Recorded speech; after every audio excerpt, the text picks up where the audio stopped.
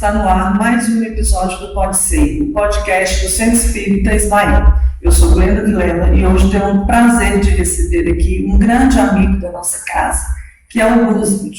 Roosevelt Thiago já esteve aqui em nossa cidade por diversas vezes, nos presenteando com suas palestras, e está, por ocasião da 20ª Semana Espírita, mais uma vez presente em nossa cidade. E nós não poderíamos perder a oportunidade de tê-lo aqui conosco, para que ele pudesse dividir com a gente um pouco da sua experiência aí dentro dessa jornada dele, dentro do movimento espírita. Roosevelt, muito bem-vindo ao Pode Ser, é um prazer ter você aqui conosco. Muito obrigado, em meu nome, eu agradeço a todos que estão nos acompanhando, a vocês do SEI. Nós entendemos que a divulgação espírita é algo muito importante para a nossa causa, para que outras pessoas conheçam a filosofia espírita, o que faz com que esse trabalho que você e sua equipe empreendem de prioridade. Bom, Roosevelt Thiago é palestrante há mais de 35 anos, percorrendo todo o Brasil e também com experiência internacional. É fundador do Centro Espírita Allan Kardec, em Barra Bonita, São Paulo. Fundador da Associação dos Divulgadores do Espiritismo e, juntamente com sua esposa Jo Andrade, são autores de 50 obras editadas. São muitos anos de trabalho, né, Roosevelt? Quantas palestras por mês ou por ano? Nós temos em torno de 220 a 235 palestras por ano, né? São divididos em palestras, seminários, encontros, são várias ramificações, mas mais de 200 eventos por ano. É muita coisa, realmente, né? Mas me diga uma coisa, você é espírita desde sempre? Já nasceu no lar espírita? Ou você vem de uma outra religião? Qual é a sua história com a doutrina espírita? Na verdade, nós não temos lar espírita, né? Eu conheci a doutrina espírita, era jovenzinho, 14, 15 anos. Mas existem algumas particularidades com relação à minha entrada no meio espírita, que eu comecei primeiro a estudar sozinho, sem saber que existia Centro Espírita e Allan Kardec muito menos. E nós começamos a conversar com alguns amigos. E os amigos, estou falando isso com 15 anos de idade, eles gostavam de conversar conosco. Então, todas as vezes que acabava qualquer tipo de atividade, de jogar bola, a gente ficava conversando, até um dia um rapaz falou assim: é sempre bom quando a gente conversa, vamos marcar para conversar sempre? Falei, por mim, marcamos. E assim nasceu o meu primeiro grupo de estudos, que era na casa da minha avó, que hoje eu chamo de grupo de estudo, naquela época era um grupo de conversa. A gente falava de coisas que me ocorriam. Passado algum tempo, começou a aumentar o grupo, esse grupo chegou até 60 pessoas, e entre alguns espíritas da nossa cidade. E um dia, um dos senhores falou assim: você não quer fazer palestra lá no centro? Falei, o que é centro? Centro é um lugar assim, que estuda isso, estuda aquilo. Então eu primeiro comecei a falar, depois fui para o movimento espírita. E quando cheguei lá, eu comecei a descobrir que tudo aquilo que eu falava já tinha nome. Então o livro dos Espíritos é algo muito claro para mim, eu entendi desde cedo que doutrina espírita era Allan Kardec. Então eu entrei, comecei a estudar, estudei muito pouco, já comecei a conduzir os estudos do centro, porque para mim era tudo muito claro, então comecei muito cedo. Eu dei meu primeiro livro datilografado, então era muito tempo. Então você já falava como espírita, né? Só não sabia disso, né? Não tinha noção do que era aquilo, né? Na verdade você já nasceu espírita, né? Eu acredito que sim. Quando eu faço uma análise hoje, né, eu entendo que tudo aquilo que a doutrina espírita ensina, e hoje aquilo que eu passo adiante, sempre foi muito claro para mim. E eu não tive dúvidas com relação à reencarnação, porque eu me via ensinando coisas que ninguém tinha me ensinado aqui.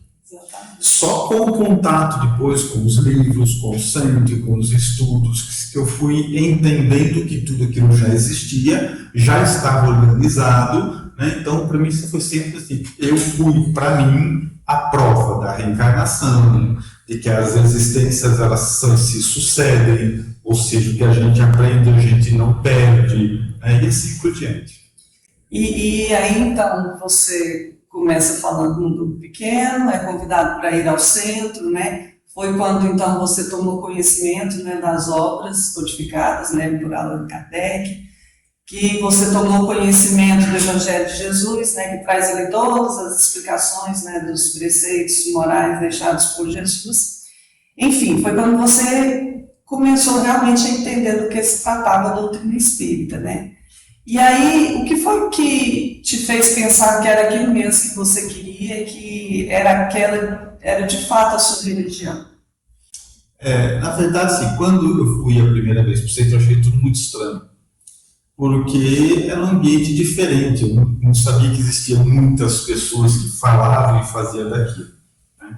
Porém, eu sempre fui muito racional, e desde aquela época, como até hoje eu entendo assim, guardando um profundo respeito por todas as religiões e principalmente pelas pessoas que pensam diferente, eu entendi naquela época, eu entendo hoje, de que algumas respostas da existência humana são exclusividade da doutrina espírita. Nenhuma outra filosofia, por mais respeitável que ela seja, consegue, dentro do meu entendimento, dar respostas que a razão e a lógica conseguem entender. Sem reencarnação, a vida não faria sentido. Sem a existência de Deus, como a doutrina espírita, não faria sentido. Então, o que fez com que eu entrasse para a doutrina espírita e percebesse que ali era o meu lugar, era a lógica que ela tinha para responder as minhas perguntas. Eu já tinha passado por outras religiões, tenho amigos em todas elas, me interesso por elas, me interesso pelo assunto da religiosidade geral, mas resposta com a precisão da doutrina espírita eu desconheço. E é o que fez com que eu entendesse que ali seria o melhor lugar para mim. Mais te atraiu naquele momento, né? E aí esse processo de descoberta, né, se deu com certeza através do estudo.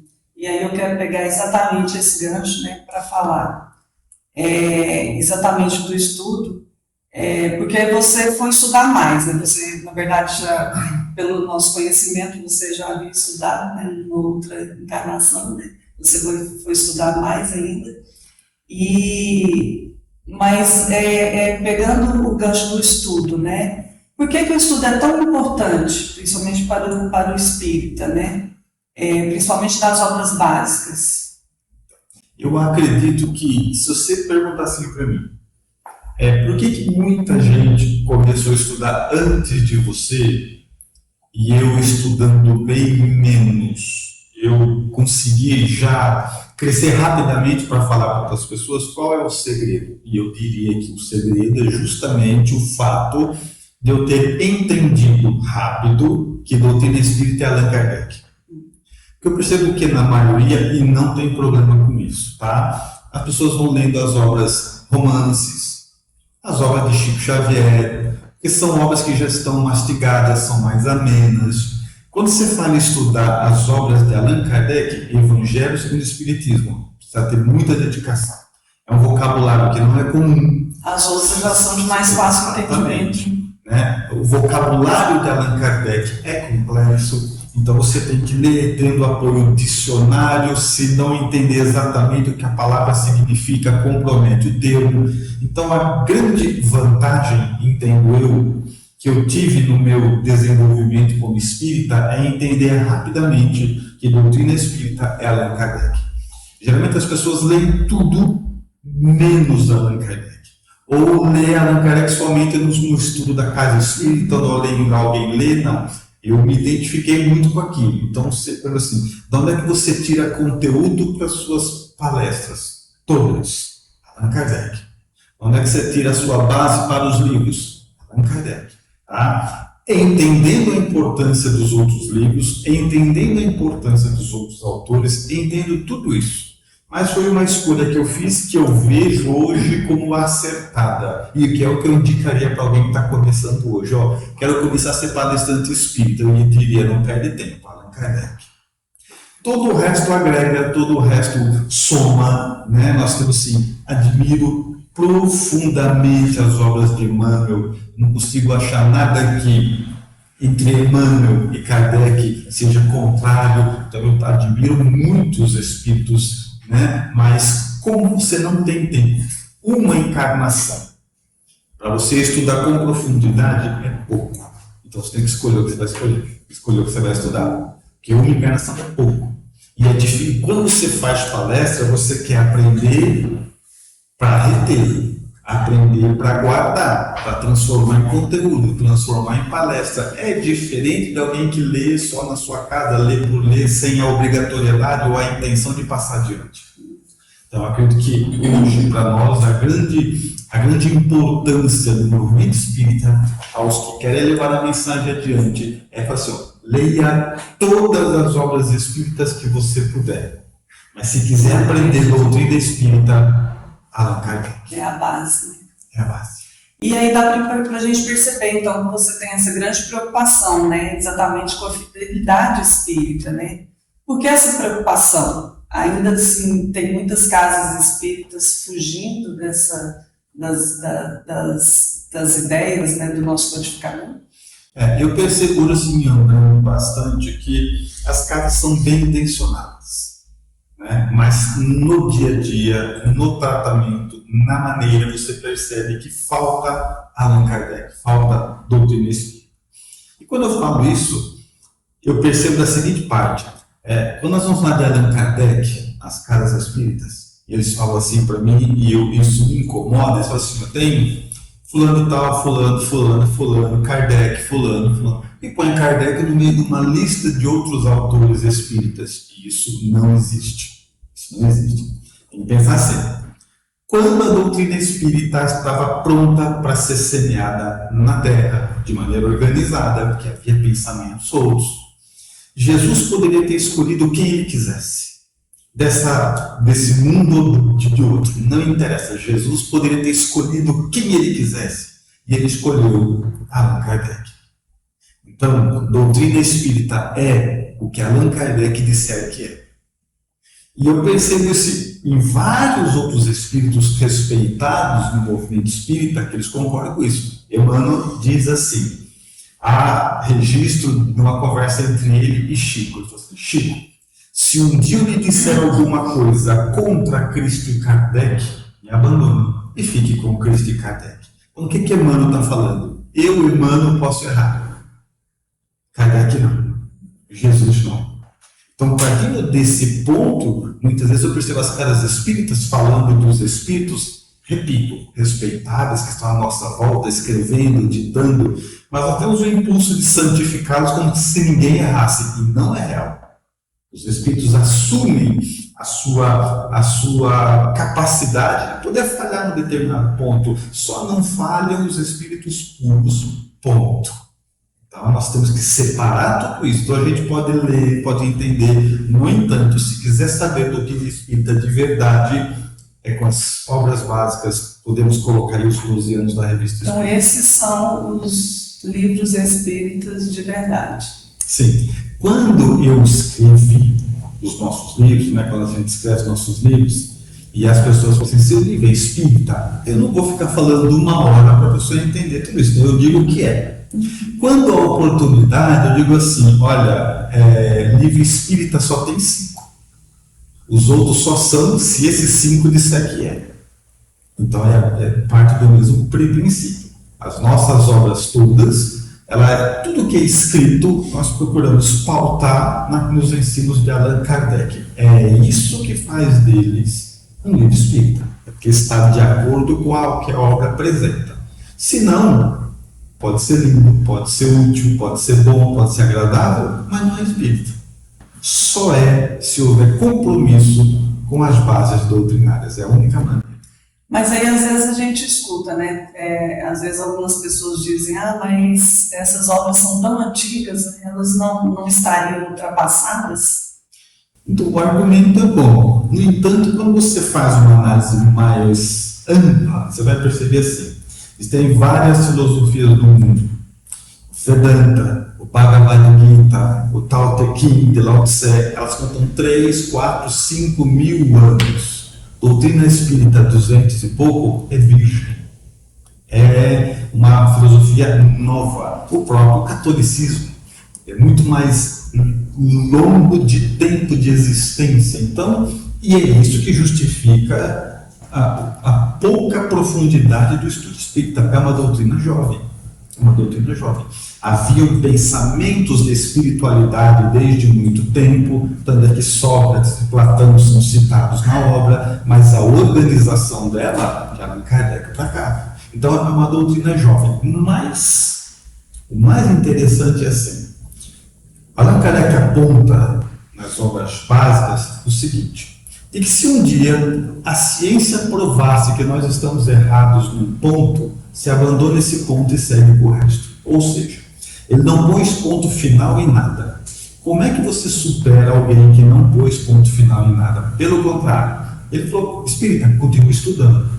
Provou que ele está errado, abandona esse ponto, segue o resto. É impossível superar alguém que não pôs ponto final.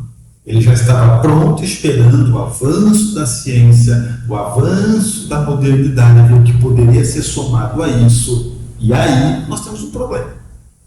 Quando ele fala assim, se provar que nós estamos errados, a gente abandona esse ponto, mas é provar. Está falando de ciência, não é opinião. Porque muitas vezes, viajando, você vê, olha, um espírito lá na minha casa falou que não é assim, não. Olha, a doutrina espírita não é a opinião de um espírito. Então, assim, se um espírito falar contra o que está na obra básica, está errado o espírito. Então ela não tem um ponto final, mas também pode ser que mude alguma coisa, mas também não dá para ficar aceitando, né? Muito modismo, inventando coisas absurdas, né? Eu acho que a definição mais clara que nós podemos ter é imaginar a obra básica como o próprio nome lhe dá. Base, alicerce. Então vamos pegar, nós estamos aqui numa sala, tá? Então como é que foi feita essa sala? Espero eu. Foi feito o alicerce, profundidade, construiu o alicerce. Está pronto o alicerce? Agora pode pôr o que quiser em cima que aguenta, porque tem alicerce. Tá? Mas será que é assim mesmo? Faz o teste. Faz uma parede nova aqui, sem alicerce nenhum, e espera ver quanto tempo ela vai durar. Os modismos são assim. Então, quando a gente fala assim que a gente aceita coisa nova, claro que aceita, só que tem que caber na base. Não pode contrariar a base. Na nossa casa, quando nós fundamos ela, e é natural isso, casa jovem, não tinha trabalhador, vem gente de toda parte, chegaram coisas muito interessantes lá. Aí eles falavam assim para mim: quando nós fundamos a casa, não tinha trabalhador, eu fiquei lá os primeiros 10 anos, só eu lá, era palestra, o curso, o passe, era tudo, eu não tinha ninguém. Depois cresceu, hoje a gente nem tem mais ligação com a casa. O trabalho fora de lá é muito intenso, não tem mais. Mas eu achei que assim, quando eu tive uma ideia, eu fui num centro e eu vi que lá tem uma pirâmide. Nossa, que legal, olha, não podia colocar aqui? Eu falo, gostei da ideia, a pirâmide é legal, gostei. Mas é o seguinte, procura lá, se tiver nas obras básicas, vamos pôr. Só isso, nem falava que não. Estou procurando. Aí chegava assim, olha, eu fui num centro, eles falaram assim, aqui esse passo é com a luz azul, esse passo é com a vermelha, esse passo é com a amarela, esse passo é... Nossa, que legal, gosto de ficar bonito, hein? Fica bonito, hein? Procura em Kardec, se tiver a gente põe. E essa é a minha regra. Então você fala assim, não, eu achei em vez do médium aplicador de passos ficar na frente, ele vai ficar atrás, ele vai ficar do lado, tá tudo certo. Não muda o fluido, não muda nada. Então tem mudanças que são adaptáveis. Cada um faz a sua casa como quer. Mas mudança estrutural, não. Porque daí nós começamos a descaracterizar a casa espírita. E ela passa a ter funções de outras instituições. É fundamental que a gente entenda, até porque dos anos 80 é muito pouco. Nós entendemos a superficialidade da doutrina. Eu estudo todos os dias as mesmas obras. E eu sou surpreendido de coisas novas que eu penso, não é possível, gente, eu já li isso aqui, como é que eu não tinha visto isso antes? Então, a nossa cultura é pequena para aquilo que está ali. Nós vamos nascer e morrer estudando as obras básicas muitas vezes. E são obras tão complexas que a maioria que começa não segue. Acho abandono. difícil, né? É difícil. Difícil. E foi dessa preocupação, então, que surgiu o livro Fidelidade Espírita, né? Ele, inclusive, já está na 8ª edição. Foi um livro elaborado especialmente para as casas espíritas? Sim, especialmente. A ideia era falar para trabalhadores e dirigentes. Tornou-se um seminário, que já apresentamos várias vezes, mas a tônica da obra é justamente essa. Hoje, qual é o maior desafio do centro espírita? Continuar sendo espírita. Porque todo mundo que vem, e não é com má intenção, não é com má intenção. Hoje, aqui, na casa de vocês, alguém que era de outra cidade, muda para cá, frequentava um centro. Lá no centro dele tem um passe meio esquisito lá. Ele vem para cá e fala, não podemos fazer assim. Ele não quer o mal da casa. É natural, é natural. Ele quer a contribuição dele. Então, se você não tiver um trilho sólido para seguir, cada um que chega traz uma novidade. Cada um que chega traz uma coisa nova. E se eu for pegar tudo que está ali, você vai ter que dar um outro nome, mas não vai ser espírita. Porque nós temos que estarmos fiéis à doutrina para que a casa cumpra a sua finalidade. Né? E hoje eu digo, com muita clareza, a doutrina espírita nem é mais só para espíritas. Há muito tempo. Nós percebemos que entre os frequentadores tem católicos, tem evangélicos. Se você pergunta qual a sua religião, ele fala assim, sou católico, e está dentro do centro. E está tudo certo. Então, entender isso é fundamental para saber, olha, a nossa doutrina está dando resposta para pessoas de outras religiões. Então, não adianta nos adaptarmos a ela. Temos que nos manter fiéis ao que nós construímos. Para a gente falar de doutrina espírita, tem que lembrar que não vale a pena, e muitas casas também fazem algumas alterações na sua estrutura para conseguir público, que nós somos materialistas, significa o quê? Quanto mais apetrecho material tiver, mais encanta as pessoas, mais o passe sóbrio, o passe simples, muito sem graça. Então, se acha alguém fazer alguma coisa diferente, ele atrai público, mas é isso que não é o passe.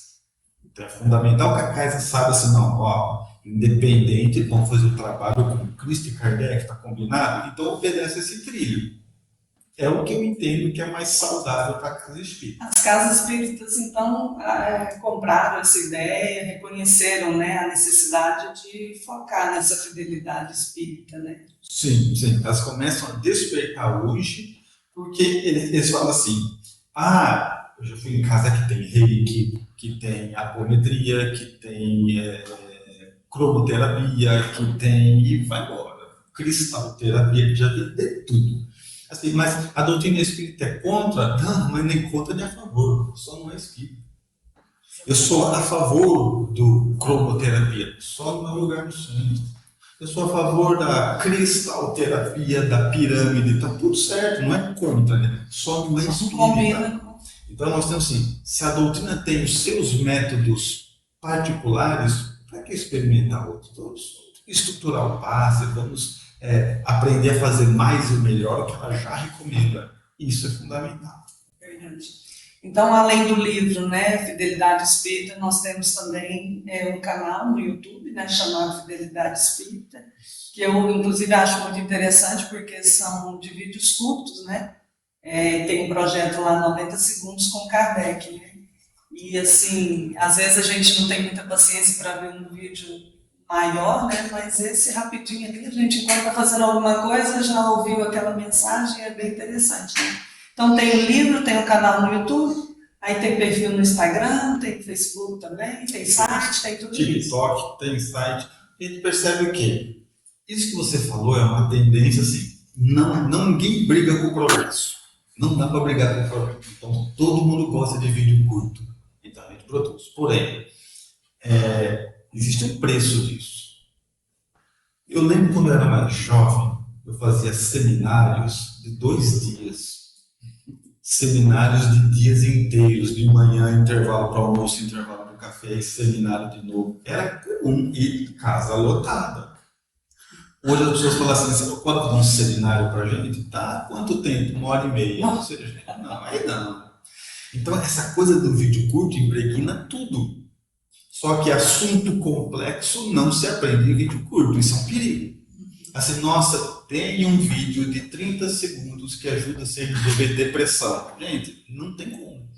É um Dá uma assunto... pincelada. Exatamente, assim, é legal. Então a gente, assim, é legal ver um vídeo curto? É legal. Entretém? Entretém. Dá vontade de ver mais? O objetivo é esse. Mas aprender, nós não podemos desocupar nossa cabeça de que conteúdos mais complexos leva tempo.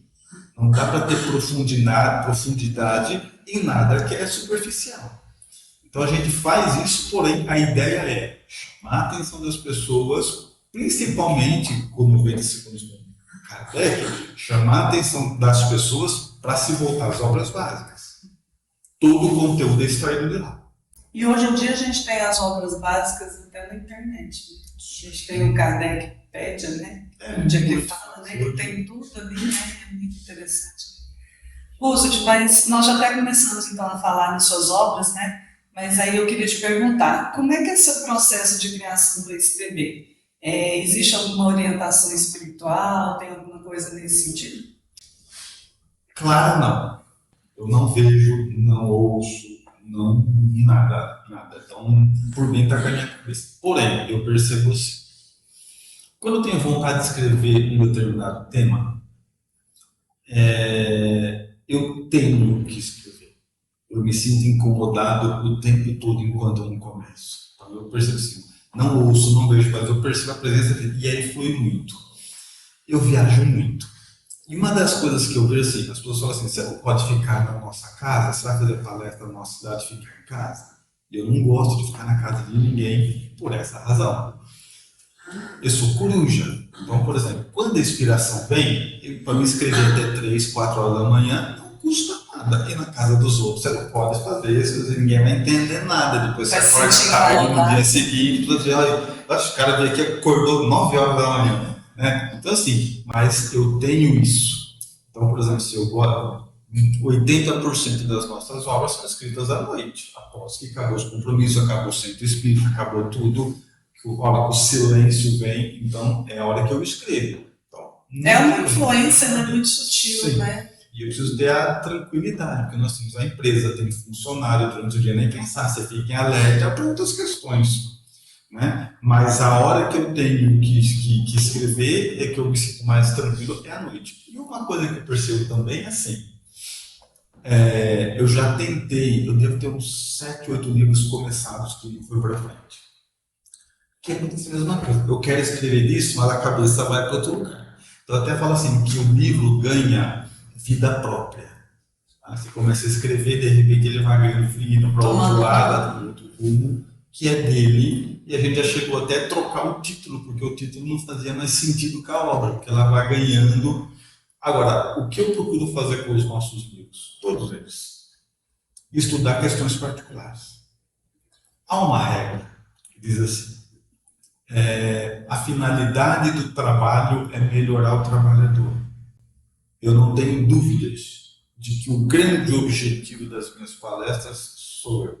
Eu preciso delas. Assim como quem aplica passe tem que tornar-se melhor por dar passe.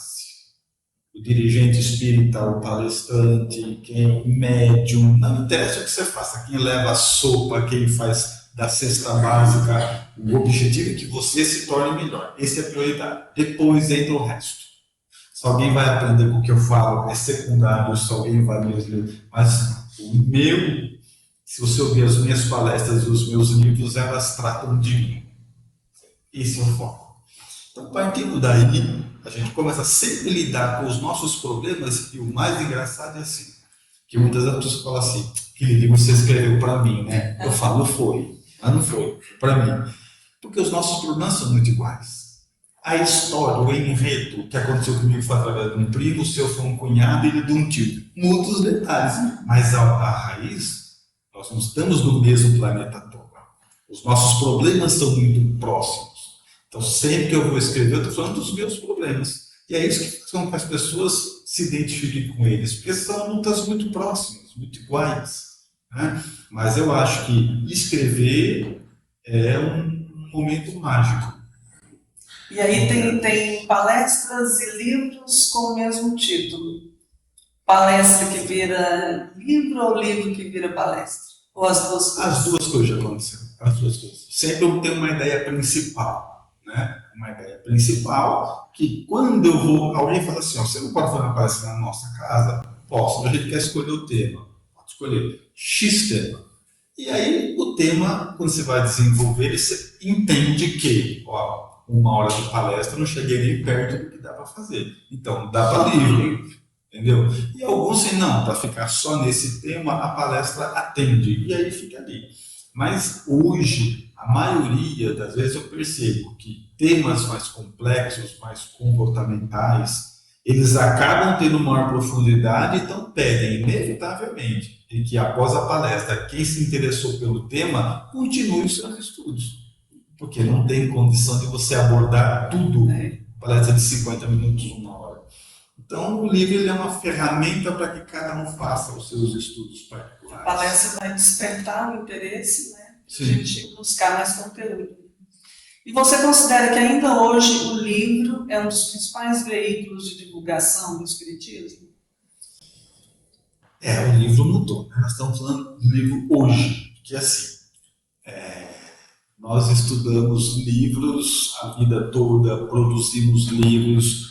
Com o advento da pandemia, todo o mercado literário, não é que ele mudou, ele não existe mais.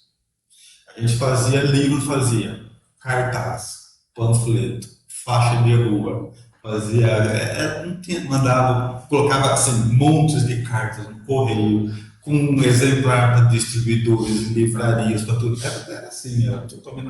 A pandemia acabou com tudo isso, não existe mais. Hoje, inevitavelmente, o livro físico precisa ter internet. Então, é o grande negócio, né? Algumas pessoas leem eles de forma digital, que também é algo que no Brasil pegou pouco. Os nossos filhos já nasceram mais perto da era digital, para eles tudo bem. Pegar um PDF para mim não faz o menor sentido. Eu também. Eu tenho que pegar o livro na mão, exatamente. Mas é uma coisa, é de geração. Então, por exemplo, eu percebo que as pessoas da nossa idade, um pouco antes, elas querem livro de papel, livro físico, isso não vai mudar, né? Nessa encarnação não vai mudar. Os jovens já vê com mais fácil. Tem online para ver? Tem. Então, tudo assim. Mas o livro ainda é uma grande ferramenta.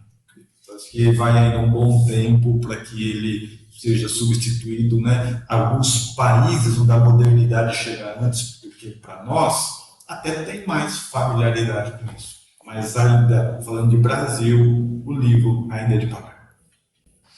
Guzult, você tem um trabalho relacionado à divulgação do Espiritismo, né? Que você é um dos fundadores da Associação dos Divulgadores do Espiritismo. É um excelente palestrante, né? Um excelente comunicador, tanto é que é bastante conhecido, né, no Brasil e fora do Brasil também. Mas aí eu te pergunto, pensando nessa comunicação de ontem, lá dos tempos de Jesus, e na comunicação de hoje, que você já até deu uma pincelada aí, né? Tanto que já mudou, com tantas inovações, né, tecnológicas, né, com relação às ferramentas utilizadas para exatamente nessa divulgação, você diria que o movimento espírita hoje consegue se comunicar melhor, tanto com os espíritas quanto com os não espíritas? Não. Eu vou dizer uma coisa para você. A gente costuma falar assim, o mundo é digital, né? O mundo está digital. O movimento espírita é analógico. Mas como que você pode afirmar isso? Muito fácil. Pega um post da palestra de hoje, por exemplo. Aí você coloca lá no Facebook e no Instagram. Tá? Aí você vai ver, o centro tem quantos trabalhadores? Nosso centro aí frequenta lá, sei lá, 100 pessoas. Aí você vai lá, tem 10 curtidas. Explica para mim essa conta. Não bate. Gente, não por quê? A gente vai em casas, você com post, você vai lá, casas enormes, 500, 600 pessoas, teve 20 compartilhamentos. Como? É da tua casa. Vai ter um evento na tua casa, você é trabalhador dela, você milita nela e nem você divulga. Então a gente não tem isso. Então perceba o quê? O movimento espírita é analógico. Nós estamos começando a colocar podcast, estamos colocando vídeo na internet. Legal, mas interação. E tem outras religiões que escrevem assim, bom dia. Embaixo fica assim, bom dia, um abraço, bom dia, Deus te abençoe, bom dia. A gente não tem isso ainda. Então, mas o que significa? Não significa nada, é um trabalho a ser feito. Né? Então a gente posta no dia da palestra assim, pessoal, lá no Facebook do centro, do nosso centro, no Instagram, tem lá a divulgação. Todo mundo compartilha, escreve lá o que vocês vão fazer, convida as pessoas, manifesta-se. Nós temos que educar isso. Mas hoje, não. Hoje o movimento espírita é analógico. E tem um detalhe também das casas espíritas, que hoje em dia, pelo menos a nossa, a gente tem poucos jovens. Né? Sim. Os jovens que já são mais inteirados aí, os poucos que têm, de repente, não fazem tanta questão, né, dessa divulgação. E eu vou abrir uma observação interessante que eu falo em toda casa espírita, né, e às vezes eles não me compreendem muito bem, mas eu sei que eu vou compreender um dia. A maioria das nossas casas falta um trabalhador. Você tem o presidente, o secretário, o aplicador de passe, ou quem entrega a obra social, a divulgação. Você tem gente para tudo. Falta um trabalhador em quase toda a casa espiritual. O gestor de tráfego, que é alguém que estuda as redes sociais, estuda, entende? Não é alguém que gosta de mexer. Porque quando eu falo assim, precisa ter um gestor de tráfego para as redes sociais, eu pensei, não, mas tem um primo meu que gosta dessas coisas. Não é disso que eu estou falando. Alguém que olha as redes sociais de maneira profissional. Como é que elas crescem? Que tipo de conteúdo elas aceitam? O que tem que usar de tag, de hashtag? Quanto tem que investir de dinheiro para esse? Porque hoje é assim, você faz um vídeo, você coloca lá no seu Facebook, Instagram. Aí 15 pessoas viram. Aí você põe R$30. 3.000 pessoas viram. Só assim, um pouquinho. Vou aqui uma coisa que tem a ver. Só que você fala assim, viu, precisamos fazer um trabalho no centro espírita para conseguir uma verba para fazer cesta básica, todo mundo acha lindo, né? Porque nós somos materialistas, quero dar arroz, feijão, batata, e tem gente passando fome. Só que a nossa finalidade é a divulgação do Evangelho. Se você for fazer uma campanha para gastar em divulgação nas redes sociais, vai gastar dinheiro com isso. A gastar dinheiro com essas coisas. Então, o nosso movimento é analógico. E é absoluto. Essas empresas grandes, Facebook, Instagram, Google, YouTube, elas não são ricas entregando coisa de graça. Elas são ricas porque elas cobram para entregar. Então, hoje, deve ser uma coisa absolutamente natural. Nós temos que ter dentro do centro espírita alguém que olhe para as redes sociais de maneira profissional. Não dá para ser amador, né? E querer que a mensagem tenha grande alcance. Exatamente. E quando a gente olha outras filosofias, outras instituições que postam um vídeo, tem 50.000 curtidas, eles não conseguiram isso à toa, nem sendo amador. Então, todo centro espírita tem que ter um gestor de tráfego, inevitavelmente vai ter que ter, que não é alguém que gosta, não é alguém que mexe de vez em quando, de vez em quando está trabalhando. É alguém que se dedica a isso profissionalmente. Ensinar. Eu entendo de Facebook, as regras do Facebook, eu entendo quantas vezes tem que postar, que tipo de tamanho, que for formato, alguém que entenda isso. Esse trabalhador faz falta para nós. E aí, hoje em dia, já falando, né, desse conteúdo, né, nesse meio da internet, a gente tem muito conteúdo disponível, né? E muitas vezes nem são tão confiáveis, né? Às vezes a gente fica na dúvida, será que isso é verdade, será que não é? Como é que a gente pode se certificar disso? E que a gente fica numa ansiedade, né? Que recebe alguma coisa, quer logo compartilhar, né? Quer mandar para o outro. E às vezes não é um conteúdo tão bacana assim, né? Isso é um problema que nós temos que amadurecer. Sempre a regra é a mesma. Na dúvida, não passa adiante. Não passa adiante. Né? Porque se você recebe uma coisa e fica com aquela vontade logo de passar adiante, você não está nem você está refletindo sobre ela. Dúvida doutrinária, quem diz da palavra final? As obras básicas. Kardec. E você vai conversar, você acha que faz sentido isso? Acho que faz sentido antes de passar adiante. Isso é um ato que nós temos que ter. Se é útil, né? Se vai ser bom para alguém. É necessário, porque hoje cada vez mais, e muito pelo contrário. Às vezes eu vou fazer, olha, eu fui fazer uma palestra esses dias, um seminário, na verdade, homossexualidade. Tá? Aí o rapaz falou assim, podemos gravar? Eu falei, não. E eu vi que ele não gostou. Eu falei, não, tanta gente assiste, eu vou te explicar por que não. O tema é complexo. A pessoa corta um pedacinho assim, ó, põe na internet, você está acabado. Você tira do contexto. Que absurdo homofóbico ele falou. Como ele é contra isso? Eu falei, gente, não dá, esse assunto não dá. E tem outros assuntos que estão assim. Porque se eu for assistir inteiro, tudo bem. Mas hoje é muito perigoso você cortar um pedacinho de uma conversa e colocar adiante. É suficiente para a pessoa falar assim, acho um absurdo o que ele está falando. Cara, você ouviu 30 segundos. Ninguém pensa dessa forma. Tem então, todo um contexto ali por trás. Então tem assuntos que são mais fáceis. Vamos falar de bondade, caridade, honestidade de Jesus. Pode cortar à vontade. Assuntos mais espinhosos, difíceis, né, como drogas, aborto, é muito difícil polêmico, a pessoa cortar 30 segundos e falar, você viu o que ele falou? Então isso é um problema. Então nós temos que ter cautela, temos que ter cuidado com tudo isso. Checar a fonte, né? Se possível, checar a fonte. Né? E a questão de checar a fonte não é minha opinião. Isso é Allan Kardec. Há uma expressão dos médiuns, identidade dos espíritos. O capítulo, ele coloca lá assim, ó.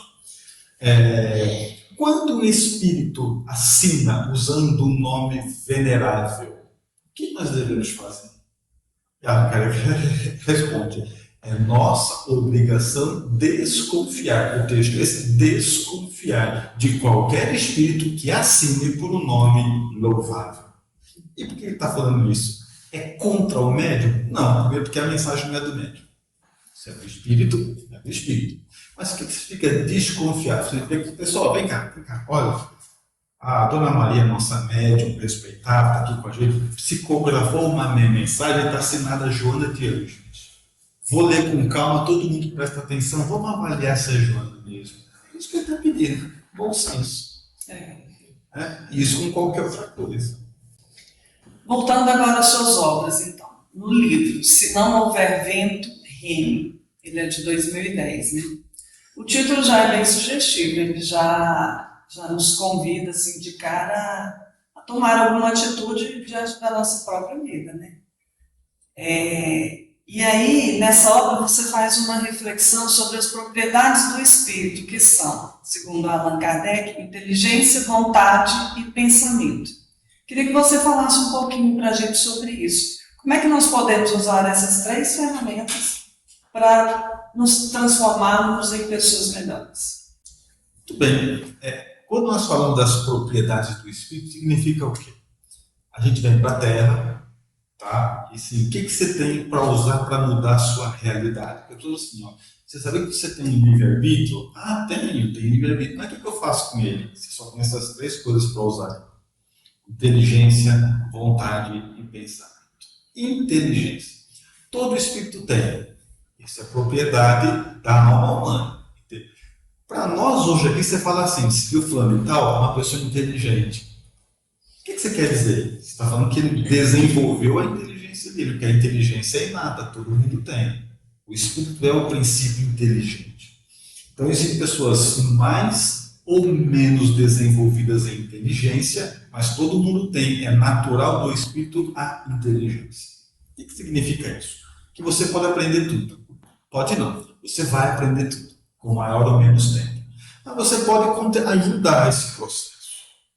De repente você fala assim, eu vou estudar, dedicar, me empenhar, eu quero ler bastante, eu quero hoje consumir na internet conteúdos que me coloquem para frente, consumir na internet, ouvir só gente inteligente, gente que eu acho que tem que você pode fazer isso. Isso é a maneira de você desenvolver a sua inteligência.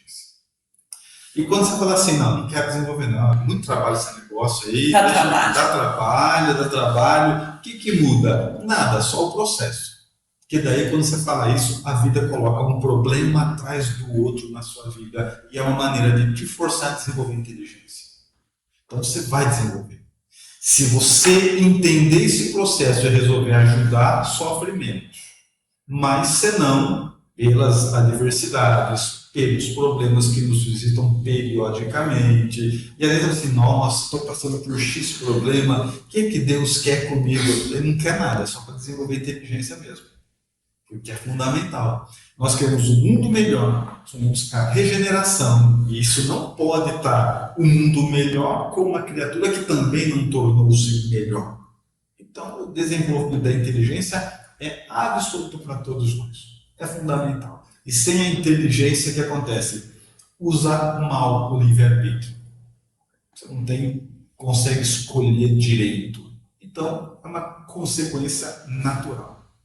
Inteligência. E aí não dá para ficar só esperando, pedindo a Deus ou aos espíritos, né, no nosso caso, para que resolva nossos problemas e a gente ficar de braço cruzado. Né? Sim, exatamente. E quando eu falo assim, ó, por que você tem que estudar na casa espírita e fora dela? Disso. Entender a realidade espiritual. Mas se ele só pedir para os espíritos, eles fazem? Não. Se não, mas eu estou pedindo sempre, tá, mas está se esforçando para tornar-se melhor? Não. Então deixa eu te avisar, eles não estão te ajudando.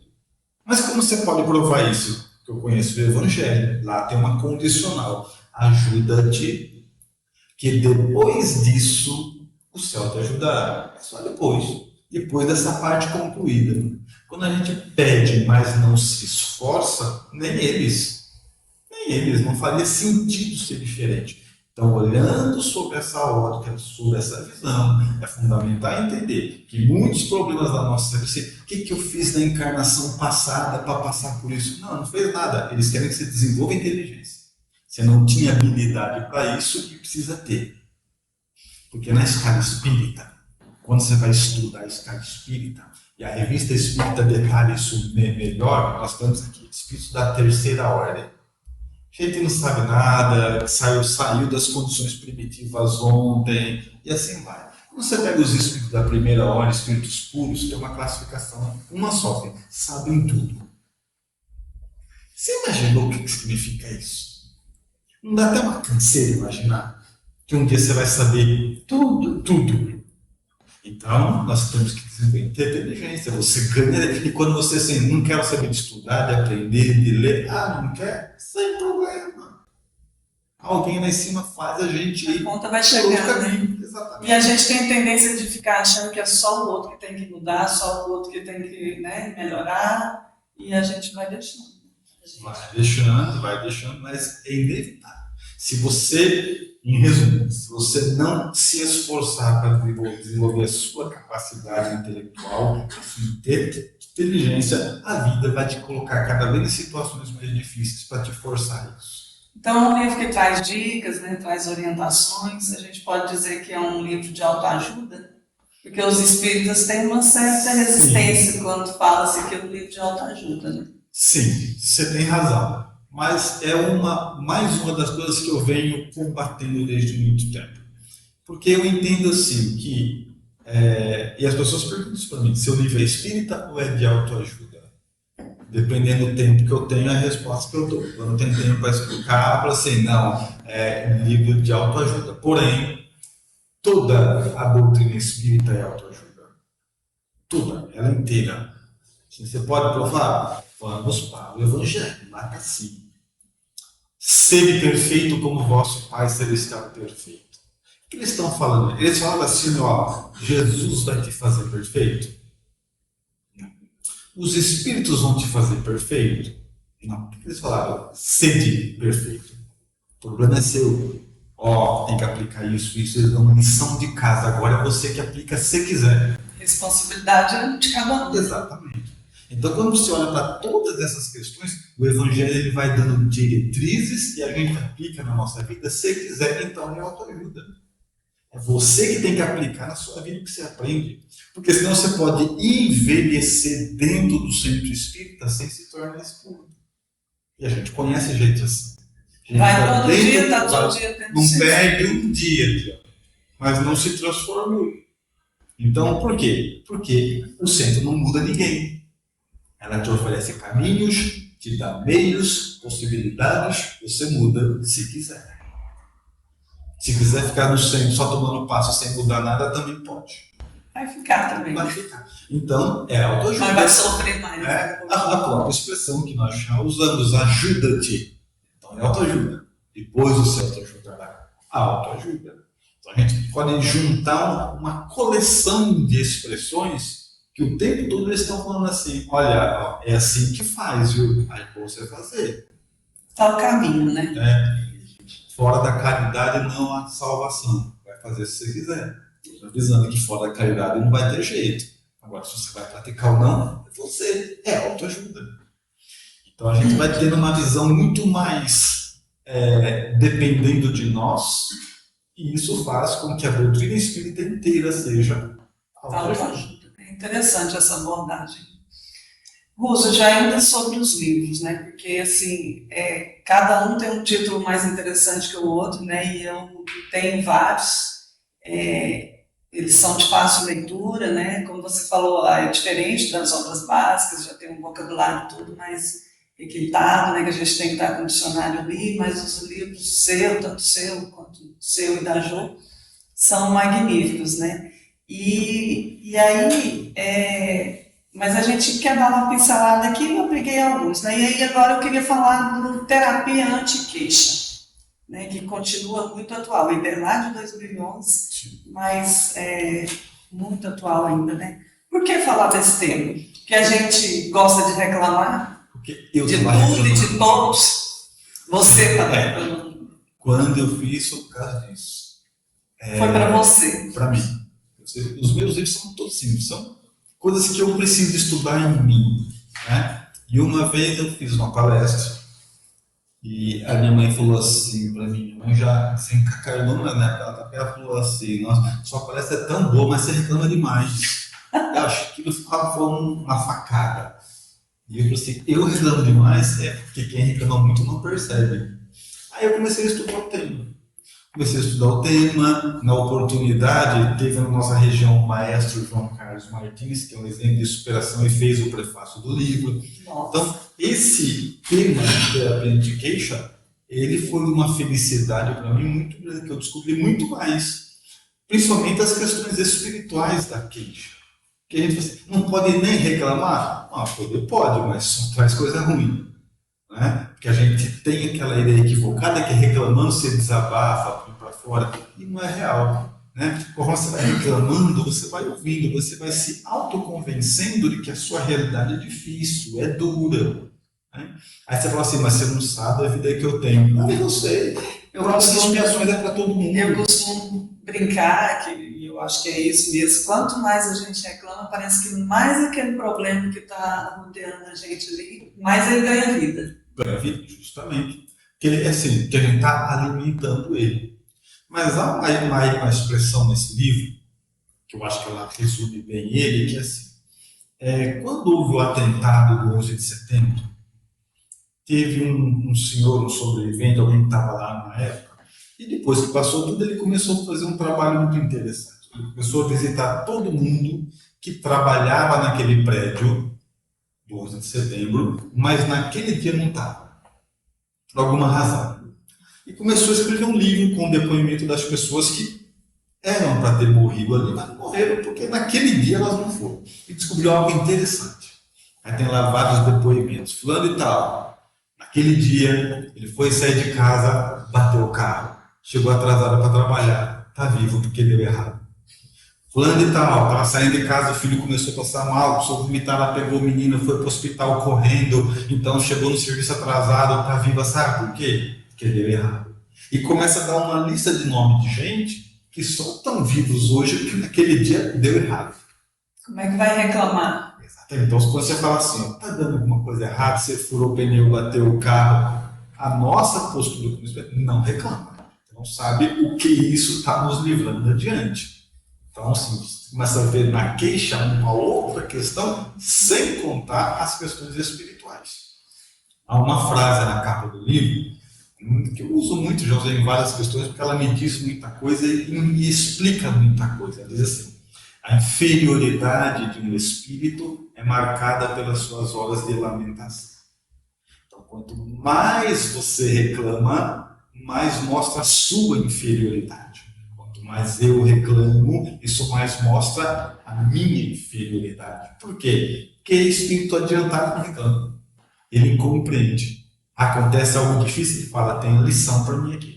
Não há espaço para reclamação. Tem alguma coisa para me aprender aqui. Talvez nem veja do contra naquele momento. Exatamente. Mas depois entende.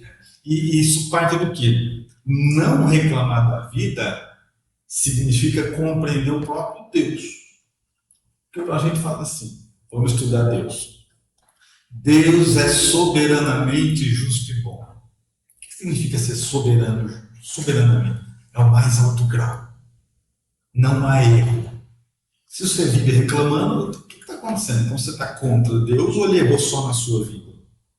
Porque se Deus não erra, se ele tem controle absoluto da vida, você está com a saúde ideal, algo que você tem que experimentar, você está rodeado pelas pessoas certas, algo que você tem que aprender, você está na cidade adequada, com o nível social adequado, está tudo certo, você é soberano. E eu vi uma abordagem nas minhas pesquisas, né, para a gente estar fazendo esse roteirinho aqui, eu vi uma abordagem interessante que acho que cabe justamente com isso aqui. Que você falava que a gente vem aqui sempre para tratar alguma coisa, né? Então, ao invés de reclamar, falar que a gente está em tratamento. Eu usei essa expressão. Foi bem interessante. Né, porque eu percebia isso em mim, sempre assim, né? E até hoje eu imagino da mesma forma. Acontecem coisas absurdas que você não esperava, que não era para ser. Eu falo assim, olha, gente, estou em tratamento, é isso, alguma coisa em mim está sendo tratado, porque Deus não perde tempo. Ele não vai fazer eu viver uma experiência a troco de nada, viver por viver. Não é assim que funciona. Então, se não é assim que funciona, existe uma inteligência acima da minha inteligência que programou essas coisas. E a gente está, às vezes, na estrada, em palestras, tentando contribuir e acontece alguma coisa errada, você fala assim, gente, cara, o que está acontecendo? Estou tentando acertar, mesmo assim está dando errado, tem uma lição aí. E é uma maneira mais adequada e mais amadurecida de ver os problemas. Parece que deixa a coisa mais leve, né? Sim. Agora eu queria falar um pouco sobre os 2 últimos lançamentos, né? Os livros, que são de sua autoria juntamente com a Ju, que é o Vida 2, que foi lançado ano passado, em 2023, e o Obsessão Nossa de Cada Dia, que é desse ano, né? Sobre o Vida 2, do que esse livro fala? É um romance ou é um livro meio que dicas, de conselhos? Esse livro ele tem muito a ver com o estado de vocês. Nós fizemos um trabalho no Campo da Paz, que é um local, uma fazenda que é mantida pelo pessoal da Irradiação Espírita Cristã em Goiânia. E fomos lá fazer uma atividade, que eu nem me lembro qual é exatamente. Espírita. Muito bem. No final da atividade, tinha bastante gente lá, vários casais caminhando pelo Campo da Paz. Aí um casal começou a ter um diálogo mais áspero, marido e mulher. E aí estava a Ivana, inclusive, conosco lá, e alguém falou assim, precisamos fazer um encontro de casais aqui. Estão reclamando aqui, ó. Aí eu falei, por mim tá tudo bem. Já viu a necessidade. Então, eu também quero. Então, naquele momento, ficou marcado o evento. Muito bem. Marcamos, já foi realizado o primeiro encontro de casais, de Irradiação Espírita, só com casais. Só que aí você vai estudar o tema para jogar. Você vai mexer no tema, você fala, não dá. É muita coisa. Aí você começa a descobrir tanta coisa que você começa a sentar em um livro complexo. Tanto é que esse tema, a gente estruturou ele para fazer em forma de seminário. E algumas pessoas pedem, não dá para fazer palestra, nossa casa é pequena, não dá para ser seminário. E já fizemos palestras, mas eu confesso que eu não gosto. Na palestra de 1 hora, quando termina a palestra, eu saio com a sensação de que faltou muita coisa. Então tem que ser um seminário. Porque é um dos nossos maiores desafios. A vida 2, o casamento. Tanto é que a maioria fica limitada a reclamar da vida, limitada a reclamar da esposa, a reclamar do marido, não percebe ali uma finalidade, uma reunião de caráter espiritual. Então isso é muito importante. Então o Vida 2, E tem dado nos seminários que a gente faz relatos sensacionais. E a sensação que eu tenho, eu creio, né, que essa vida a dois, ela impacta toda a vida da família. Sim, exatamente. Até porque hoje a ideia é o seguinte: vida 2, ele vai ter uma continuação que é filhos. Porque no vida 2 a ideia era não põe uso do marido e mulher. É você estar ligado diretamente ao casal. Porque no casal, é claro que a estrutura do casal reflete nos filhos. É evidente. Não obstante a isso, a ideia do vida 2 era exclusivamente estudar o casal. O que estava na mente de Deus, querendo juntar duas pessoas para dividir a vida? Quais eram os planos do Criador quando ele quis nos dividir em casais? Por que é tão difícil a convivência dentro de casa? É muito mais fácil quando está fora. Entendeu? Então, assim, o material é muito vasto para que você consiga não só ficar junto até o final, que não é esse o plano, mas que aprenda a amar, que aprenda a compartilhar, que aprenda aquilo que a finalidade da vida é respeitar. Exatamente. Então, a vida 2 é fundamental. Já a questão da obsessão, a obsessão nossa de cada dia, que também tem uma história interessante, o livro estava pronto, agora vamos fazer a capa. O que eu coloco na capa de um livro de obsessão? Uma coisa meio escura, uma coisa meio preta, uma coisa meio com cara de fantasma. Não tinha graça, tudo que a gente colocava não era isso. Eu queria um livro pesado, assim, uma coisa assim. Não era essa a ideia. Não, muito bem, não era essa a ideia, não era essa a ideia. Aí deu uma. Já sei. O que é a obsessão? A obsessão é uma armadilha. Ninguém que está obsediado acha que está. Ele não percebe. Quando ele vê, caiu. Aí colocamos na capa do livro uma ratoeira. Porque a obsessão é isso. É uma armadilha que fica colocada entre sentimentos, pensamentos e comportamentos. Você acha que está fazendo tudo certo, que é você que está decidindo, que é você que está fazendo, você nem percebe que está envolvido por ela. E às vezes é uma auto-obsessão também. Sim, a obsessão é uma questão muito ampla. A gente pensa que só vem do outro. Exatamente. E não percebe que existe algo interessante no estudo da obsessão, e que a gente aprende muito, porque estuda pouco, a obsessão do espírito sobre nós. Ele nos influencia. Mas tudo muda quando se estuda com Kardec. O capítulo da obsessão, do livro dos médios, Kardec coloca assim, que durante o processo da obsessão, obsessor e obsediado, as vontades e os pensamentos se confundem. Ou seja, o obsessor também quem recebe os pensamentos de quem ele atormenta. Há uma troca de fluidos, uma troca de pensamentos. Nós também o influenciamos. Isso muda completamente o jogo. Nós temos hoje o caso de Eurípides Barçanufo. Ele era atormentado pelos espíritos obsessores e ele tornou os obsessores melhores. Porque os obsessores acompanhavam ele, só ele ajudando, fazendo bem, levando o sopa, atendendo o doente. Os próprios obsessores começaram a ficar impregnados pelos pensamentos dele. É uma versão que para nós é nova, mas está em Kardec. Fantástico. Para quem se interessar pelos livros, nosso intuito aqui não é a venda, né? Mas os temas são interessantes, de repente alguém pode se interessar, onde é que a gente encontra? Muito fácil achar os nossos livros, é nossoslivros.com. É muito fácil mesmo. Nossoslivros.com, está tudo lá. Tem mais um que eu quero abordar aqui e eu já faço a pergunta. É um título de um livro, né? Eu queria que você desse alguns exemplos práticos sobre isso para a gente. Você já até falou lá no começo alguma coisinha. O que é que só a reencarnação explica? Isso é muito importante. Eu acho que das nossas obras essa é um destaque especial. Porque, assim, a reencarnação ocupa um papel na nossa vida fundamental. Fundamental. Ela explica a própria vida. Por que aqui? Por que Borá? Por que esse marido? Por que essa esposa? Por que esse filho? Por que esse diagnóstico? Só a reencarnação explica. Ela traz detalhes da nossa existência atual que sem ela nada faria muito sem sentido. Principalmente quando a gente aprende o livre-arbítrio que nosso livre-arbítrio não é tão livre assim. Nós não temos essa liberdade absoluta que a gente aprende, é um assunto para outro dia, mas não é assim. E a prova disso é a reencarnação.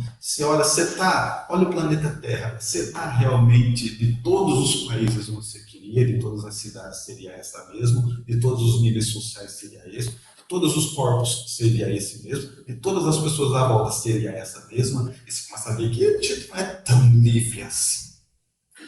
E por que a liberdade não é tão gritante e absoluta? Porque a reencarnação existe.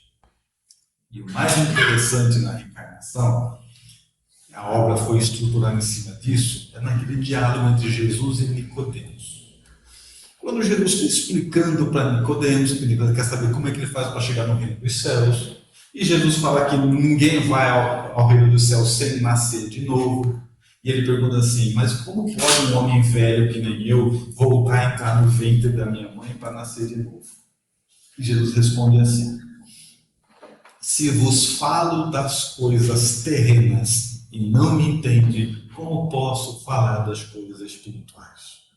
Jesus chama a reencarnação de coisa terrena, não era nem para discutir isso mais. Uma coisa banal, uma coisa assim, não tem como explicar. Ninguém explica sem reencarnação, porque seu filho é saudável, não é doente. Ninguém explica porque você é rico, eu sou pobre. Ninguém explica porque uma mulher, ela sai vestida inteira até o pé e é violentada, e outra que fica no baile quase sem roupa nenhuma, não acontece nada. Ninguém explica a reencarnação quando o cara tem um morro, que chove desaba todo ano, ele vai lá, põe a casa dele lá na pontinha do morro, todo mundo sabe que vai cair, só ele que não.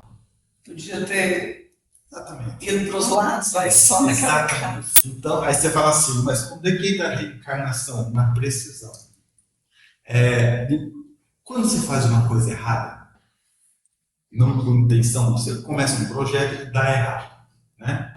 E aí começa todo mundo assim, te falei que ia dar errado. Falei que ia dar errado. Por que todo mundo sabia menos de você? Sua reencarnação explica. Aquilo que você tem que passar é óbvio para todo mundo, menos para quem tem que passar. Todo mundo enxerga que ali não é o lugar, que essa não é a pessoa, que aquilo não é a condição, que essa não é... Todo mundo enxerga, menos quem tem que passar. Quem tem que passar por aquilo, põe a casa dele num lugar que todo mundo sabe que vai dar errado, vai alagar, vai desabar, faz negócio que todo mundo sabe que dá errado. É óbvio para todo mundo, menos para quem está. Então, só a reencarnação explica coisas que nós temos que passar e que depois que passa você, eu sou muito pobre. Como é que eu não percebi isso? Não percebeu por causa disso. Só ela deposita luz, só ela explica coisas complexas da nossa vida. Você pode ir para onde você for, homossexualidade, só a reencarnação. Você pega assim, é porque uma pessoa, um pai bom tem um filho ruim, só a reencarnação. Só entendendo as vidas passadas, só entendendo o que foi experimentado antes, só entendendo todos os nossos compromissos assumidos é que você vai entender a vida de hoje. Sem reencarnação é impossível. Digo mais, sem reencarnação nem Deus dá para acreditar. Que daí, por que o seu filho é doente não é salvo? Sem reencarnação, se só é uma única vida, por que ele deu tanto para você e para mim pouco? Não faz o menor sentido. Sem reencarnação não dá para acreditar na justiça de Deus. Agora, com a reencarnação não precisa explicar nada, tudo fica autoexplicativo. É claro. Eu estou onde eu me coloquei, você está onde você se colocou. O que eu estudo hoje, na próxima vida, é facilidade para mim. O que eu desenvolvi, o que eu negligenciei na próxima vida é problema para mim. Quem bebeu demais nessa existência renasce com problema no fígado. Fica tudo automaticamente explicado. Explica tudo, realmente. E aí esse livro tem a versão infantil para jovens e adultos. Por quê? Linguagem. Porque assim, esse livro tem uma outra particularidade, que é assim, o de adulto e do jovem foi lançado, de criança ainda não. Mas eles têm histórias reais, colhidas em atendimentos da Casa Espírita. Então, ele tem a história real, com os nomes evidentemente trocados das pessoas, e depois a explicação doutrinária, onde só a reencarnação explica. Então, é a reencarnação explicando porque a pessoa está passando por aquilo.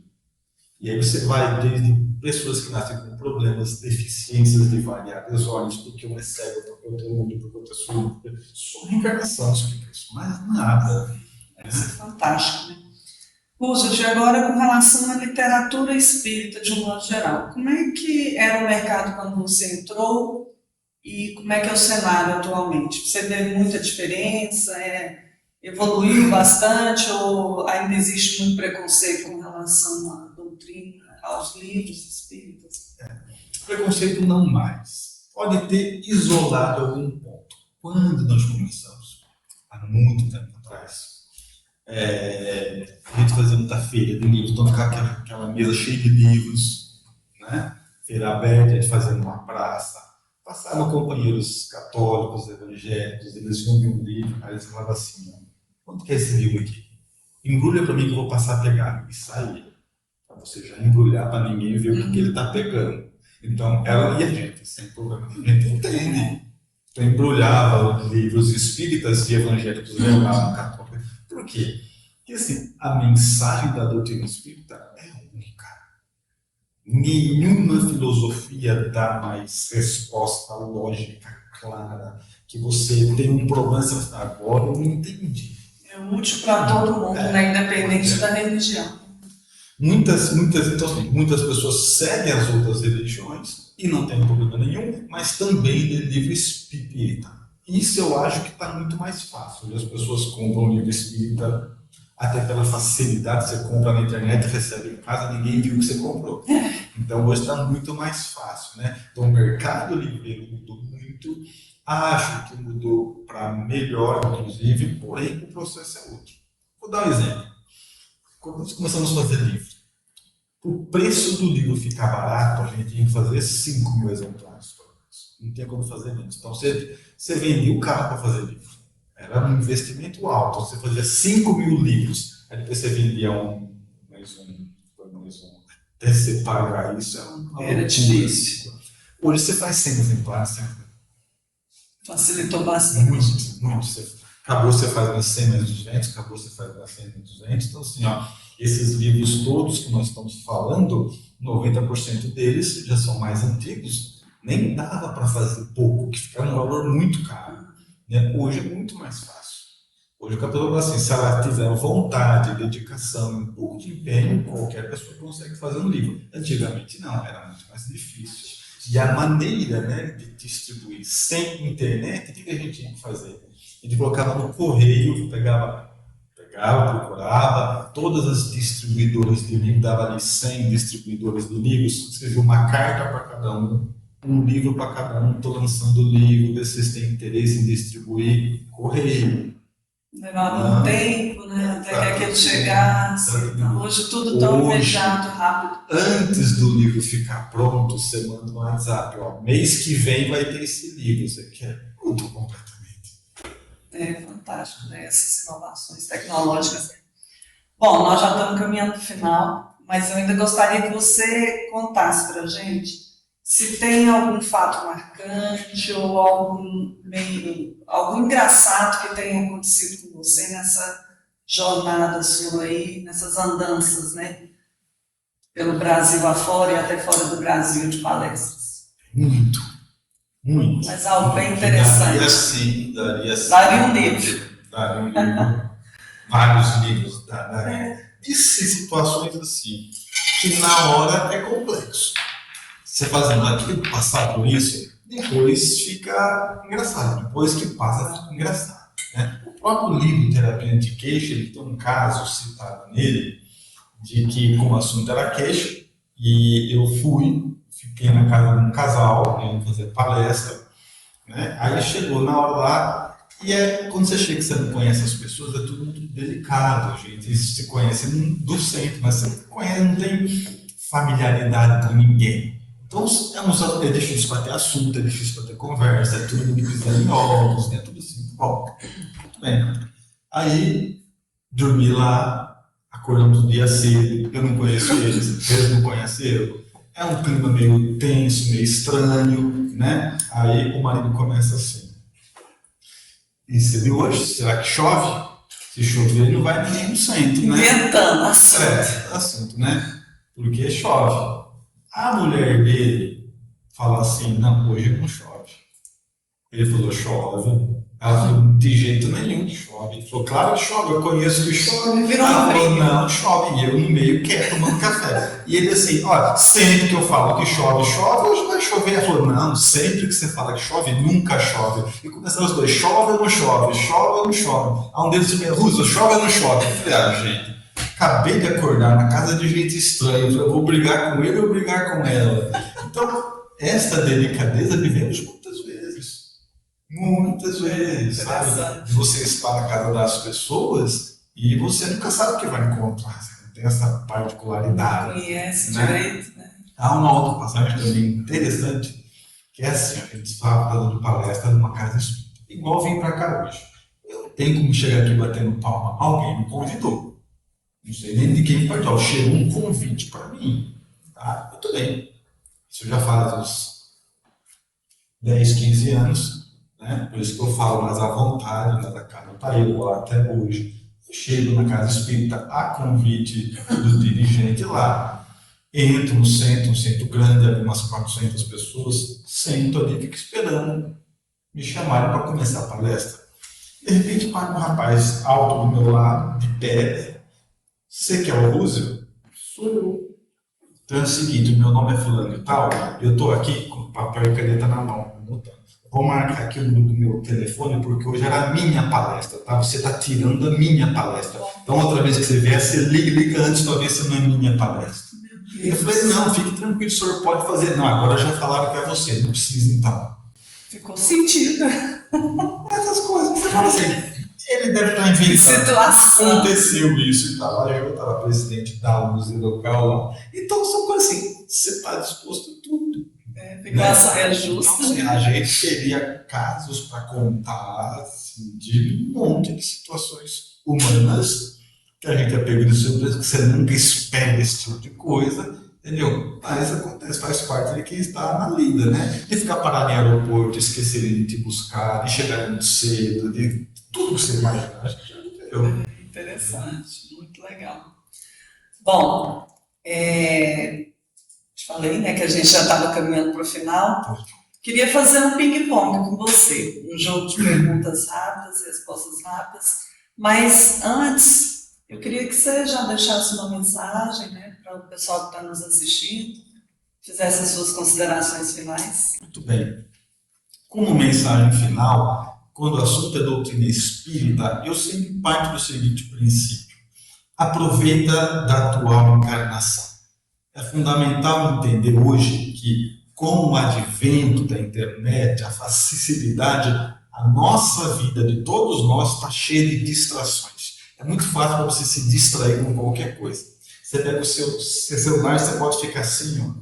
De repente passou horas e horas, você não aprendeu nada, se encheu de cultura inútil e desperdiçou vida. Não faça isso com você. Em mim e em você existe um plano muito grande, um plano superior, um plano absolutamente importante de crescimento e elevação, porque isso sim vai nos levar para uma vida melhor. Então, escolha na internet os conteúdos que você deseja consumir, dê atenção, então faça com que a sua vida seja canalizada exclusivamente para entretenimento, que esse é um dos nossos maiores desafios hoje. Se você bobear, a vida te distrai o tempo todo e você passa dias e dias sem aprender absolutamente nada. E sem aprender nada, ficamos na mesma condição. Perfeito. Vamos lá para o ping-pong, então, né? Ser espírita é? Oportunidade. Trabalho na casa espírita é? Privilégio. Família na visão espírita. Reencontro. Evangelização infantil. O trabalho mais importante da casa espírita. Diversidade religiosa. Respeitável. Perdão é? Fundamental. Um livro da sua companheira Ju. Despertar da borboleta. Um livro do Roosevelt. Só a reencarnação explica. Um filme espírita. O segredo da libélula. Um fato histórico da humanidade. O nascimento do Cristo. Vida é a grande experiência da alma humana. E para finalizar, o que você diria para aquele garoto de 16 anos que estava iniciando sua jornada como trabalhador espírita? Vai valer a pena. É isso, Roosevelt. Muito obrigado. Foi muito bom o nosso bate-papo. Nosso muito obrigado por toda a sua disponibilidade, né, em ter tirado um tempinho para estar aqui no Pode Ser conosco, dividindo, né, suas experiências de vida dentro do movimento espírita. Que Deus continue abençoando grandemente sua vida e de sua companheira Ju. Muito obrigada de coração. Obrigado a você, a sua equipe toda, aos companheiros que estão conosco, aos trabalhadores da casa. Eu vejo com muito respeito o trabalho de vocês. Nós não podemos nem mensurar onde esse trabalho todo vai ir em benefício das pessoas. Muito obrigado. Obrigada a você. Eu quero agradecer também e todo o apoio, né, da Ana Maria, que é a atual presidente do Centro Espírita Ismael, que sempre nos apoia incondicionalmente para a realização do Pode Ser, e agradecer também todo o departamento de comunicação que faz de tudo para que ele chegue até você. A você que nos assistiu até aqui, nosso muito obrigado pela sua audiência. Em breve nós estaremos com mais um episódio do Pode Ser.